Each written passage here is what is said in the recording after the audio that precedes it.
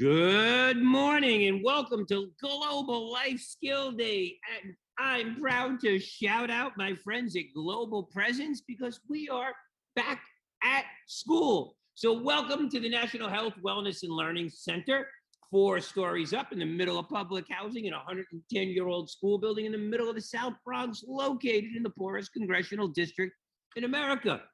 And I've been charged today to speak with you on how do we even start?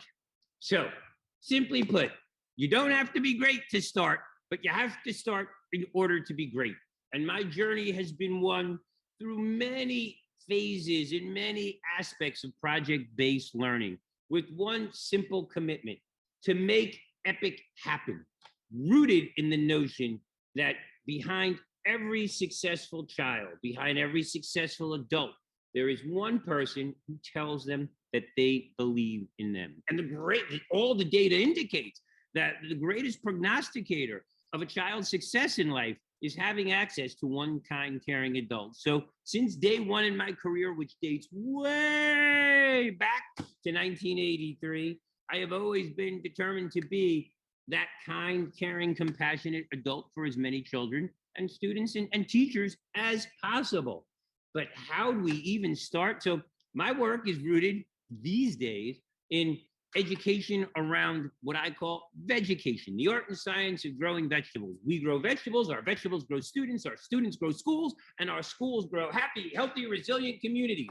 And given the obesity crisis, the malnutrition crisis, the diabetes crisis, the food insecurity issues only exacerbated by COVID, wow, I'm in an important role and an important time in what is perhaps the most important movement in America. Because as we sit here today in 2021, I believe, remote learning, distance learning, whatever you want to call it, whatever we're challenged with and wherever we will be at any given moment in time, the most important school supply in the world is food. And let me say that again. The most important school supply in the world is food. Children will never be well read if they're not well fed. You can't teach children who are hungry, who haven't eaten. Similarly, you can't teach children who are hopped up on sugar and chemicals and malnourished. And no one learns when your body is not optimally fueled for performance. So nutrition is at the heart of what we do, but make no doubt about it, it's high-performing schools and happy, healthy, engaged students that I am after. So how did it start? Well, like many of you, there's been a fair amount of pain in my life. And at a very young age, I got tired of pursuing pleasure because all you want with pleasure is more. So a big focus of my life has just been avoiding pain. I'm part of clubs that many people never asked to be a part of. And for those of you in pain, it's okay not to be okay.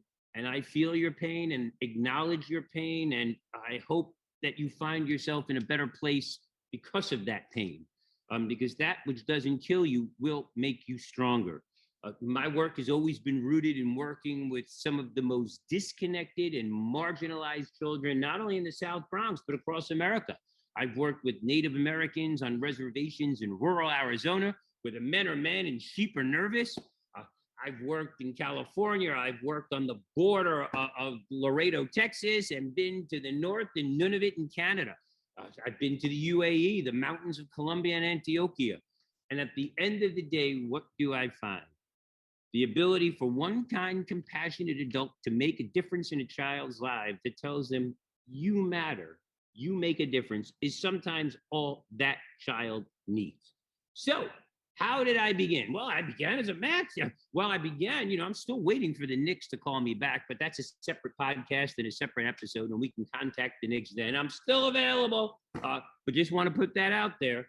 But above and beyond that, I always believed, I started in the 80s when the South Bronx was burnt to a crisp.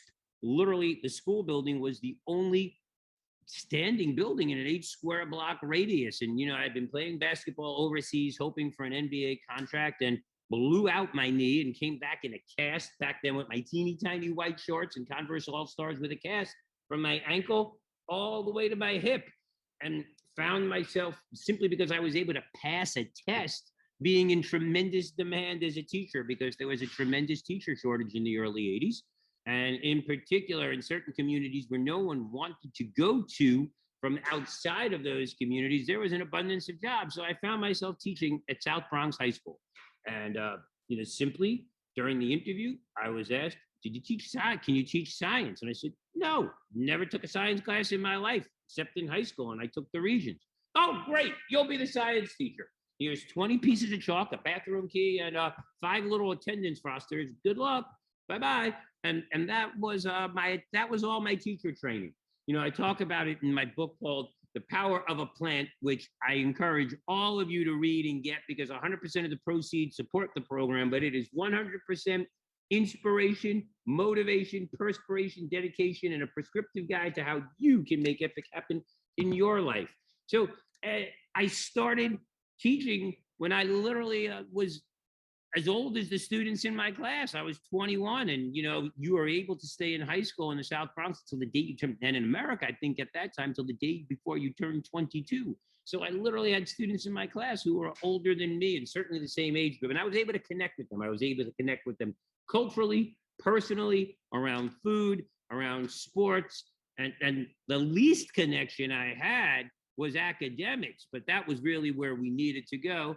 And I just found that I had a gift. I had a gift to not only speak to people, but more importantly, to listen and to make them feel valued, and set all kinds of performance records with some of the most disconnected kids because they just wanted to come to school.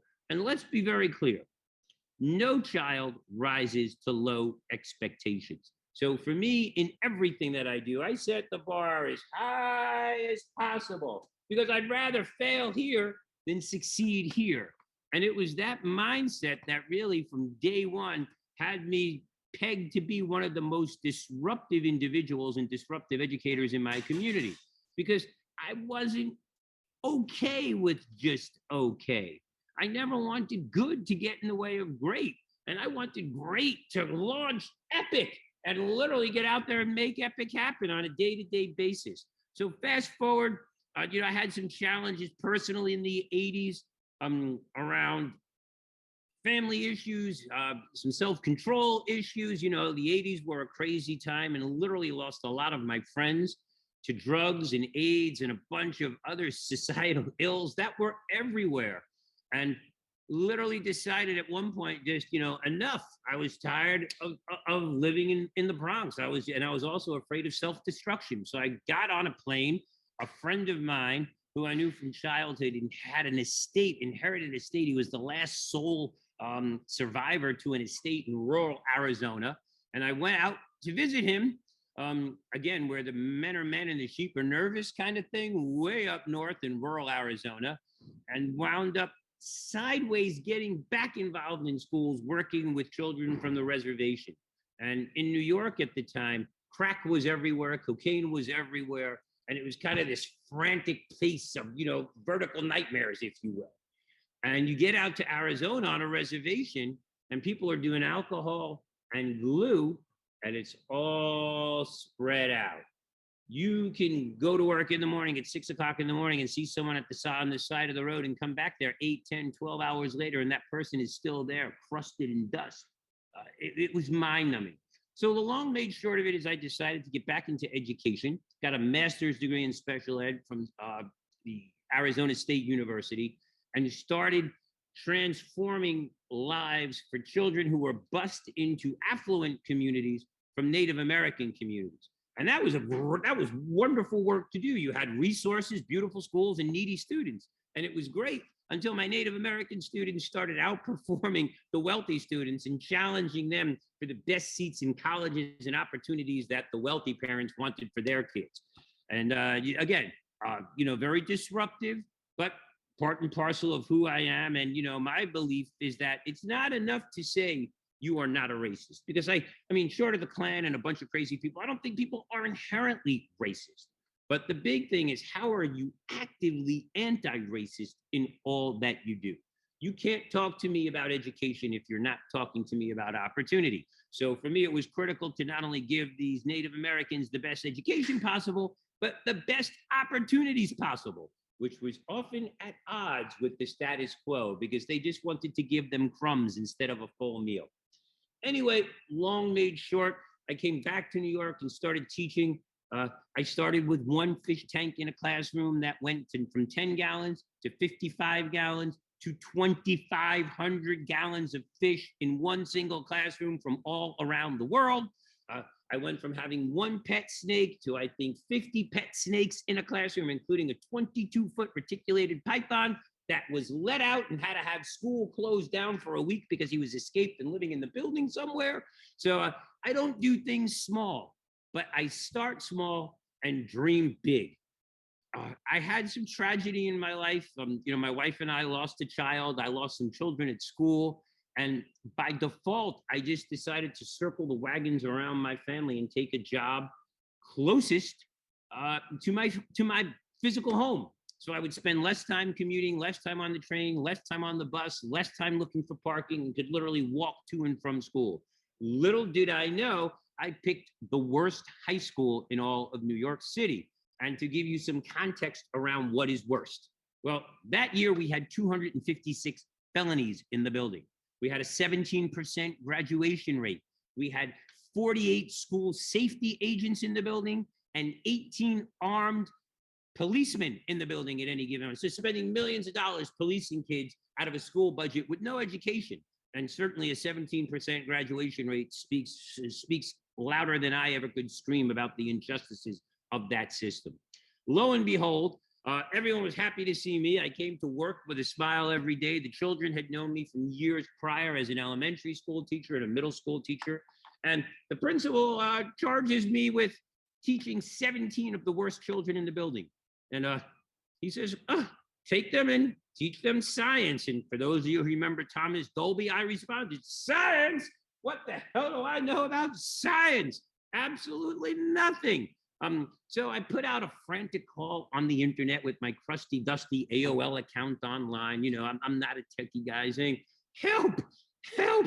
I've been charged with teaching 17 kids with a tremendous amount of emotional and psychological and biological damage and some severe life issues, science, and I don't know what to do. Can someone send me a microscope, a textbook, a telescope, anything? Give me an idea. And I sat in my room and I prayed. And about 2 weeks later, I get a call on the crusty microphone system. Mr. Ritz, come to the principal's office, please.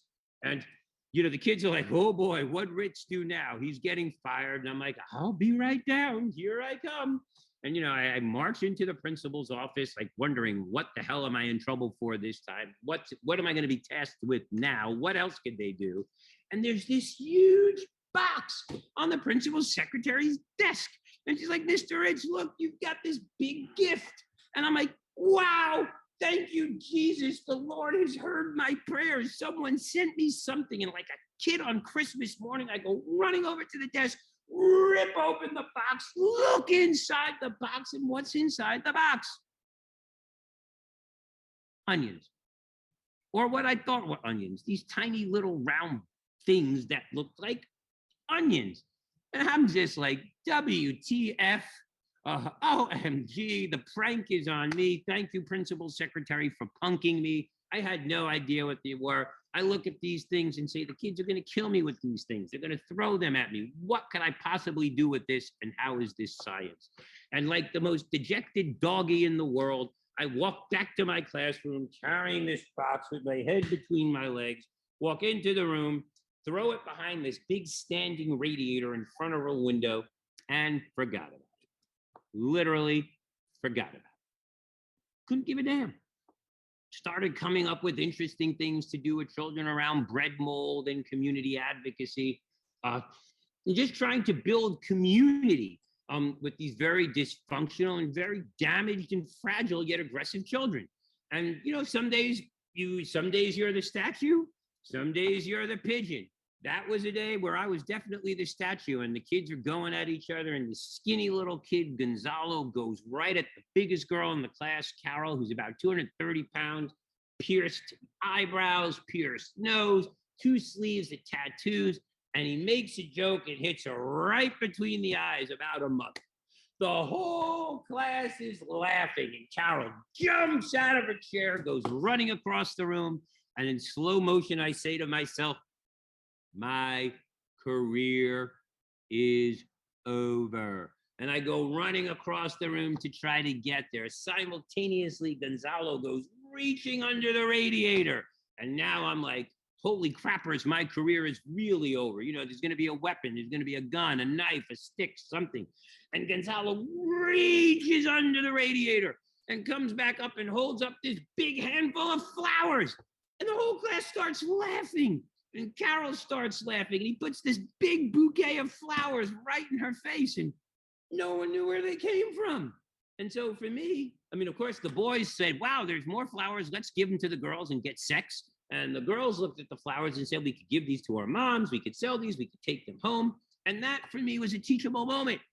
You know, we look inside the box and there are hundreds of flowers. And this box of onions really wasn't onions. They were flower bulbs, daffodil bulbs, bulbs that were designed to be used to commemorate 9/11. And literally, we had been invited by the New York City Parks Department to come down and plant these bulbs in parks across New York City, and remarkably, in the very park where I met my wife. So go figure. It was rather amazing. And the youngsters, they loved it. It was an opportunity to get outside of school, to do something, to get into a park, to make a difference. And plus, you know, we were giving them credit for it. And the principal was like, great, no one wanted these kids anyway. Get them out. The more they're out of school, the safer school will be. That goes to show you how really foolish the mindset was for schools at that time, and where the leadership priorities were. But it turns out that my kids were really good at planting bulbs, so much so that we planted 15,000 or 20,000 bulbs across New York City to commemorate 9/11. And my students in my class won the Golden Daffodil Award. We got invited to City Hall to be celebrated for doing so much community service around New York City. And the amazing thing is, no matter what community we went to, people were happy to see us. And more often than not prior, most people were not happy to see my students showing up in their community under any circumstances, particularly not their home community. So it was a great opportunity for the kids. We got them cleaned up. They showed up with ties on and fancy clothes, and everyone thought we were the honors program. Go figure. They thought we were celebrating the honors program. Like, you should only know what these kids are capable of. And that kind of gave birth to what we call the green teen movement. We started taking over parks. We started taking over green roofs. We built the first green roof in all of New York City. We started getting involved in all sorts of environmental restoration and remediation. It was a great time because New York City had tax laws that were really encouraging the businesses to install green roofs, to get involved in stormwater mediation. Mayor Bloomberg was talking about creating more parks. And for my children, these students, it was a great opportunity to have a job, to get living wage. And these children were good at it. You know, if you showed up clean and sober, if you brought your body and you brought your brain to follow, amazing things would happen. Fast forward a little bit to 2007, 2008, I gave a talk at Columbia University called From Crack to Cucumbers, where I brought 17 young people who had formerly been selling heroin and crack and cocaine across Washington Heights, the South Bronx, and Harlem, who got involved with the Green Jobs Initiative, healthy jobs, being outdoors, building parks, stewarding gardens, being involved in the community. And whether you like cucumbers or not, I think New York City is a better place when more people are selling cucumbers and less people are selling crack. And their lives changed. And the rest was kind of history. It became a disruptive force in terms of the environmental justice movement. I mean, make no doubt about it, communities like mine, my children are the canaries in the coal mine, and our communities are not only under-resourced, but certainly over-extracted. So the ability to reclaim and take unproductive places and turn them into productive spaces was game-changing for these children. And, you know, whether you like them or not, or they were a part of your gang or your culture or not, you loved the work that they were doing. And that, again, led to living wage opportunities and a tremendous amount of credibility with me for both students, teachers, and community organizations. And of the many things I'm proud of with Green Bronx Machine, one of the things I'm most proud of is 2,200 jobs for children, for young people. Because, you know, children who are working and going to work are not only being productive, but they're spending that money locally. So that to me was one of the blessings. And ultimately, it gave birth to Green Bronx Machine, as we gave birth to Green Bronx Machine, it became part of the good food movement, the slow food movement, the casual food movement, and a whole new set of opportunities because we had never known about food. Remarkably, during that time, as the work grew, as the mission grew, so did I grow. And I went from being a sexy man of 200 to well over 320 pounds because I got hungry and I was drinking a lot of soda and eating the food that was available in my community, which wasn't good food. And then an opportunity of a lifetime came. We were invited by Whole Foods to come down and visit their store, the first flagship Whole Foods store in New York City on the Upper West Side. And it was me and my kids and their hoodies and hats. And we showed up at Whole Foods and the security guard ran away. He didn't know what to do with us. But my kids saw some of the most amazing things in the world. Fruits, vegetables, and people paying cash for them. And instantly we got drunk on tomatoes and realized that, for students who were selling teeny tiny green products in small plastic bags, we could sell better products in bigger bags and probably have better margins, and got involved with the good food movement. And that was really the beginning of my odyssey, again, which was definitely part of the power of a plant and the genesis and birth of Green Bronx Machine. Fast forward 10 years or the next 10 years, wow. What were some of the most surprising successes? Some of the most surprising successes is that everybody loved it. Children who you least likely thought to thrive were those who survived and loved the program. Today, 130,000 pounds of vegetables later, my favorite crop is organically grown citizens, graduates, kids who are going to college, members of the middle class, kids who own homes, kids who call me and my wife on Father's Day, Mother's Day, Thanksgiving, and Christmas, invite us to weddings, sweet 16s, christenings, and baptism. Those are the amazing successes. But what are the real successes? Wow. We have kids in the South Bronx who are now vegans. We have kids in the South Bronx who really understand where their food comes from. We have kids in the South Bronx who are now social and environmental justice equity warriors demanding that, we have access to healthy, fresh food. We were the first school in New York City, this little elementary school, to ban chocolate milk. The principal didn't want to do it. The parents didn't want to do it. Everyone thought it would be a nightmare, but the kids walked in, plunked down the amount of sugar that they were consuming in a year on the principal's desk, and he caved. And when, a week later after that, we've never looked back. We're now using low-fat milk. We're looking at alternatives to milk. And that's a whole separate conversation. But the fact that these children know where their food comes from, what they're putting in their body, and are taking ownership of it for them and their communities is game-changing. That's, to me, what this work is all about. What are the challenges? Well, the challenges were, when you make change, sometimes you displace those who are responsible for the problem, and they don't necessarily like that. And, I have always said for years, that we've got to take ownership of our lives here in the South Bronx. We can't wait for the man on the white horse. We can't wait for heroes to come flying in. And more often than not, and I don't want to disillusion or dissuade or disparage or speak ill of anybody who's well-intended, but there are a lot of people getting very, very fat and very, very flush off the dysfunction of communities like mine and communities similar to mine across America, thinking they are the solutionaries when they're not. They're just really people who are making a good living and off of our problems and kind of perpetuating the status quo. So for me, empowering the next generation of teachers and students and community-based advocates and change makers is at the heart of what we do. Because let me be clear, I don't want to disparage nonprofit work, but the greatest lever this nation has for true equity is public education. And if you are running a nonprofit and your nonprofit is paying people more than public school teachers are getting paid, you're sucking that great young talent out of public schools and perpetuating the status quo with older teachers, dysfunctional teachers, and teachers who are just contract and union driven that really don't care about change, but care about themselves.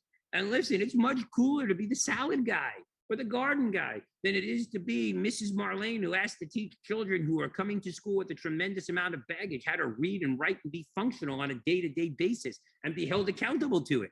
So we're finding that nonprofits in our communities are often the biggest talent sucks and oppositional to the true success and evolution of public schools. So I became a huge advocate for the community school movement and decided that I wasn't going to be the salad guy. I wasn't going to be the garden guy, and I'm not the green guy. And let me be clear, I'm a pretty crappy gardener.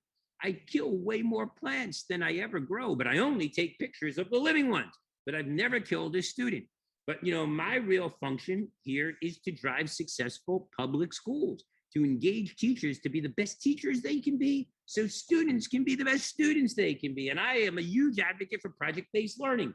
So I spent about 2 years writing curriculum. It's called the Green Bronx Machine Classroom Curriculum. It is globally acclaimed. It is the art and science of growing vegetables indoors, aligned to Common Core, Next Generation Science Standards, P21 International Baccalaureate, and the Sustainable Development Goals. And it literally puts the art and science of growing vegetables indoors in a classroom at the heart of what students do.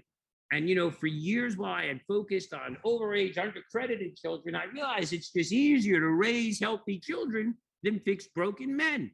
And literally started focusing on the next generation of students coming up and getting them on the trajectory, if you will, the hockey stick trajectory of good health, good academic performance, good school behavior, and civic engagement. And that's game changing, because you get them at a young age, you keep building those good habits on top of those good habits instead of unpacking those bad habits. And more often than not, when I was dealing with overage, undercredited children, who many times for a variety of reasons had children of their own, they and their children were about the same grade level. So I realized that if I got children who are no longer learning to read, but reading to learn, engaged in social activism, healthy nutrition, cooking, hands-on learning, and project-based entrepreneurial activities, wow, everything would change. And man, oh man, did it. Here in the South Bronx in year one, we reduced behavioral incidents the first year by over 50, and out of class time by over 50%. And what did that mean? It meant teachers were teaching and children were learning. And for teachers who weren't learning and teaching, or children who weren't learning, we were able to get to the why. In some cases, teachers needed to be moved on. In some cases, teachers just needed to be supported. And in either case, whether it's incompetence or non-compliance, we were able to make incompetence more competent and non-compliant people more compliant. And that moved the needle forward. Within the first 2 years, we moved 5 of the critical 10 performance indicators of the school from developing to proficient, because we were all looking the same way. And in classroom after classroom, kids were eating food. They were growing food. They were bringing it home. They got excited. And think about this. All of you remember the time someone put a seed in your hand, and that lima bean experience in kindergarten, the magic of seeing something grow. And when you put a seed in a child's hand, you're making them a promise. You're making them a promise that they're going to see that seed grow into something great. And the beauty about farming, if you will, and what's really nice about doing it indoors with less water and less space, is that you can't go from seed to harvest without cultivation in the middle. And that's what we do. We cultivate children, we cultivate crops, we cultivate ideas, we cultivate pedagogy, and the results have been game changing. And to think, that now, 10 years later, we're in over 500 schools in 20 states and 5 nations, touching 50,000 students a day, is game changing. We've gone from being one little disruptive classroom making noise in the South Bronx to being known as a top 10 health and wellness program in America, and a top 100 educational innovation in the world for 3 years in a row. So I couldn't be more proud of the power of a plant. I couldn't be more proud of our Green Bronx Machine curriculum. Oh, along the way, I lost 120 pounds and brought sexy back, and brought students from the South Bronx to the White House, not once, not twice, but 3 times, to actually put gardens in the White House and to present at the White House. So our story is from impossible to I'm possible. So you may ask, why is this work important? Well, clearly, I think I've stated the case, but let me be clear. Now that we're in the midst of Corona, and possibly, even the second and third round of Corona getting worse and even more dangerous. And let me state with you that 4 of the 5 highest zip codes in America of infection rates were right here. You are twice as likely to die of corona here in the South Bronx than anywhere else in New York City. So this is the hot spot. And we lost a lot of people. We lost teachers. It's tough to tell students that their teacher passed away. It was tough for students to see parents and grandparents and aunties and uncles pass away.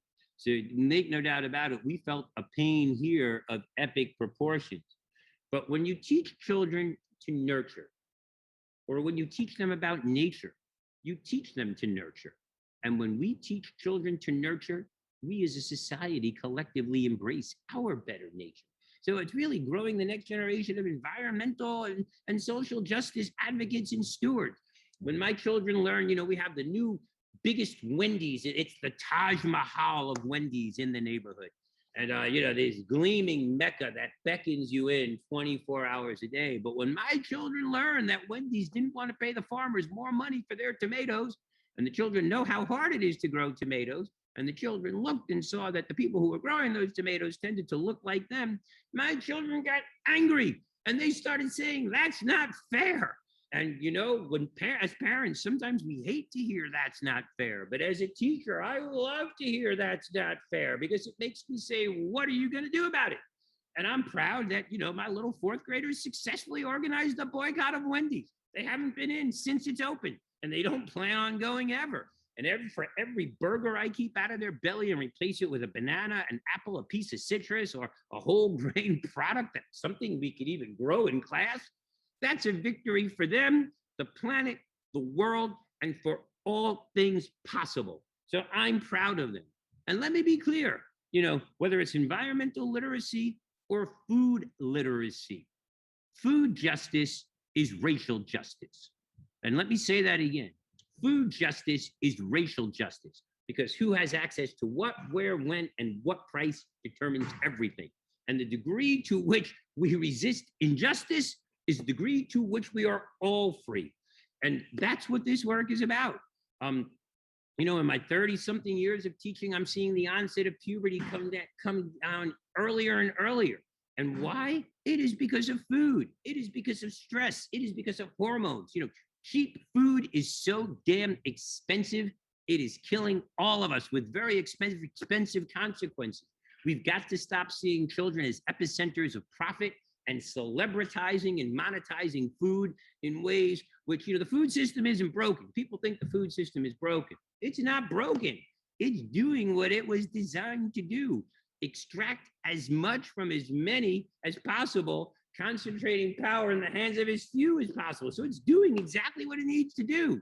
It's promulgating a dependency on medicine, on big institutions, rather than on the small institutions and the notion of small farmers, independent producers, and the family unit. So food justice and food literacy is health literacy. My children die 15 years earlier than their counterparts 2 miles away on the Upper East Side and parts of Brooklyn. And it has to do with because of what they are eating. It has to do because of how they are being marketed to. It has to do with the fact that we have little say as to what comes into our community and are beholden to big powers that be that make a lot of money off of it. So I like to think that I'm raising the next generation of advocates, the next Barack Obama, the next Sondra Sotomayor, the next Eric Adams, who I'm so excited to be, the next Ruben Diaz Jr. and the next Vanessa Gibson, who will be our Bronx Borough president. That's the work that we do. And in a community that has been misaligned and malaligned and the victim of a narrative that we can't seem to change, our children are changing that narrative. One student at a time, one plant at a time, one flower at a time, one award at a time, one college opportunity at a time, one living wage opportunity at a time. But more importantly, they're eating their way to good health and high performance in schools. We are reducing our meat consumption. We're increasing our vegetable consumption, which is better for the entire planet. We're reducing our dairy consumption. We're reducing our consumption of sugar-sweetened beverages and really focusing on water and infused beverages. We're reducing the need for single packaged food, the plastic nightmare, the packaging nightmare. But most important, we are putting unity back into our community. We are growing something greater. And that to me is what this work is all about. education, not asphyxiation. So please go to the Green Bronx Machine website and buy a t-shirt that supports the children. Get out there, let compassion be the new curriculum, let empathy be our North Star. And remember, the opposite of courage is not cowardice. The opposite of courage is conformity, because even a dead fish can go with the flow. And here in the South Bronx, we are not dead fish. We are swimming, we are coming, we are headed upstream, and we're determined to make epic happen. But it happens with you and your support. So please go to the Green Bronx Machine website. Think about purchasing a copy of our award-winning book, The Power of a Plant. 100% of the proceeds go to support the program and support those in need. If you are an educator, think about purchasing our Green Bronx Machine classroom curriculum, or if you're a supervisor, it has 100% teacher satisfaction rate. It's being used by the State University of New York to train teachers in all content areas. And no matter what you do, grow something great, get out there and make epic happen. My name is Steve Ritz. I'm a proud founder of Green Bronx Machine. We need your support, so go to the website. Check out our award-winning TV show, Let's Learn with Mr. Ritz. See the trailer for our new documentary. Follow us on social media and make epic happen. From the Bronx to the world, I'm not saying goodbye. I'm saying see you soon. Si se puede. Thank you.